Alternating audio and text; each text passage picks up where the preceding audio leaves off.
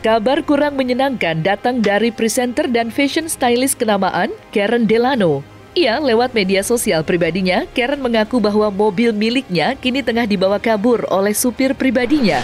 Karen pun sudah memberikan kesempatan selama 1 kali 24 jam untuk sang supir agar mengembalikan mobilnya. Namun sayangnya, hingga batas waktu yang diberikan, supir pribadi Karen tak kunjung mengembalikan mobilnya tersebut.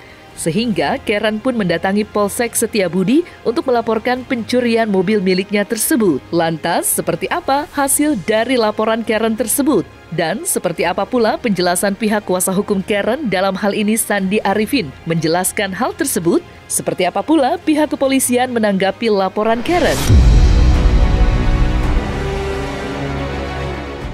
Kita laporkan orang yang bekerja sama Kak Karen, tapi ini masih diduga ya. Kita belum mengarah kepada melakukan.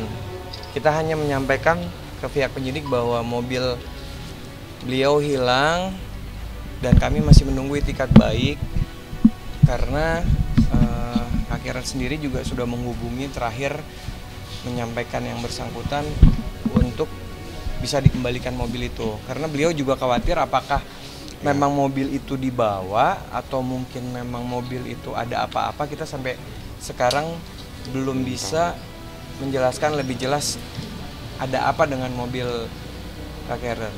Jadi kita masih berharap itikat baik dari seseorang yang bekerja sama Kak Karen agar mobil bisa segera dikembalikan. Dan juga mungkin bila mana dikembalikan, karena kita sudah menyerahkan laporan tersebut ke pihak kepolisian, mungkin bisa dikembalikan ke sini.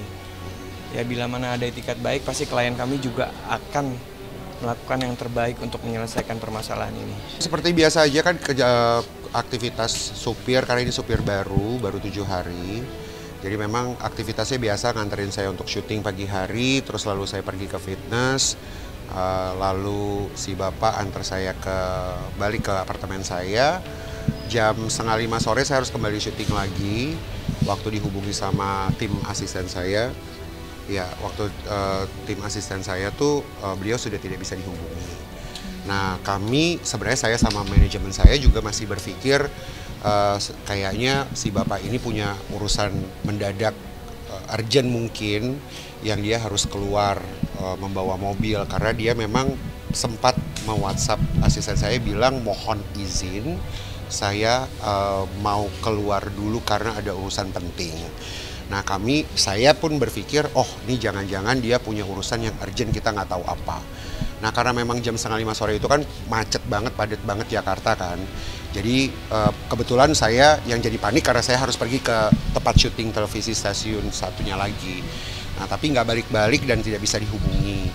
Nah tapi memang kita tidak mau melakukan apa-apa di saat itu, makanya kemarin saya tidak pernah bersuara apa-apa karena masih berpikir takutnya terjadi apa-apa, karena kan tidak bisa menduga yang aneh-aneh. Ya kan bisa terjadi, mohon maaf, takutnya kecelakaan, suatu kejadian yang tidak baik gitu kan, nggak bisa juga kita berpikir menduga hal yang tidak baik lah, negatif. Kemarin hari Rabu tanggal 27. Enggak, ini supir baru, jadi supir baru, jadi saya memang belum tahu, tidak banyak tahu tentang supir ini. Dari sahabat saya sebenarnya, karena sahabat saya juga seorang fashion stylist dan pekerjaannya dia suka pakai sekali-sekali gitu loh, bukan yang setiap kali pakai. Nah, sekarang saya butuh sekali, pulang saya dari Korea kemarin, supir saya yang lama sudah resign, makanya saya butuh beliau. Nah, ini kan bapak yang saya juga melihat dia sebenarnya punya figur yang baik, di satu wawancara juga baik sebenarnya, makanya tidak punya pikiran yang tidak baik tentang beliau. Makanya sampai dengan saat ini sebenarnya kami juga tidak mau menduga hal-hal yang tidak baik juga, karena saya masih berharap, saya juga yakin Bapak supir ini juga masih punya niat baik ya Bang. Mudah-mudahan dari sini bisa mengembalikan mobilnya gitu. Karena kita tidak tahu ada aktif ada enggak gitu. Jadi saya juga nggak tahu, tapi bisa saya sih menyerahkan semuanya ke bapak-bapak yang berwajib karena ya mereka yang lebih tahu lah nantinya. Kita lihat aja update-nya seperti apa. Ya mudah-mudahan si bapaknya sehat, gak terjadi kecelakaan. Mudah-mudahan kan itu. Ya mudah-mudahan saya bisa dapat kabar baik lah dari sini setelah ini. Sudah dilaporkan, sudah resmi dilaporkan. Mengenai pasalnya silakan tanya ke pihak penyidik karena kami masih menduga apakah ini memang ada niatan atau memang kebetulan seperti apa yang disampaikan sama Kak Karen, apakah ada apa-apa dengan mobilnya ataupun sama yang bersangkutan. Kecelakaan, kita takut kejadian sesuatu yang tidak baik kan, takutnya itu. Masih itu dulu karena kita belum bisa menjauh kemana-mana. Saya juga bagaimanapun juga kan kita punya empathy. Ya kan dia seorang bapak umur 54 tahun soalnya. Jadi bukan anak muda. Makanya waktu dia melamar juga kita sempat berpikir kasihan juga si bapak ini kan. Jadi kita nggak tahu apakah bapak ini mungkin punya kebutuhan atau orang tuanya istrinya sakit mungkin, anaknya sakit mungkin. Jadi dia harus buru-buru pergi dan perlu banget kendaraan tersebut gitu ya.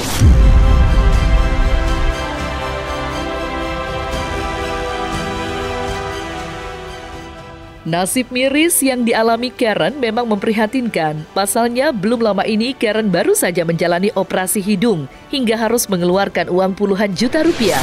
Dan kini mobil kesayangannya raib dibawa kabur supir pribadinya. Terkait operasi hidung yang dijalani Karen hingga harus merogoh uang yang tidak sedikit. Seperti apa kondisi Karen saat pasca operasi tersebut?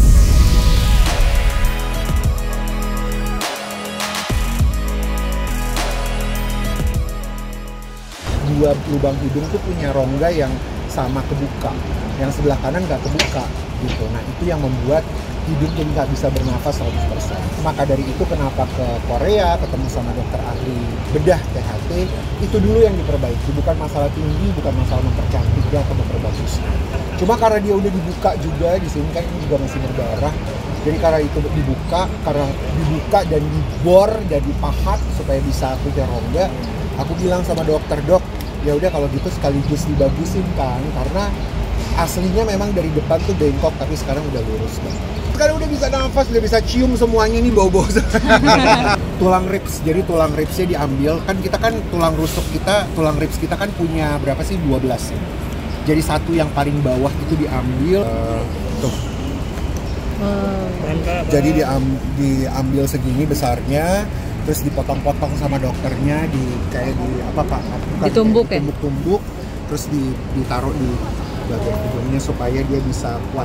Yang ini yang di Korea lebih mahal, 2 kali lipat lebih sebenarnya, hampir $20.000.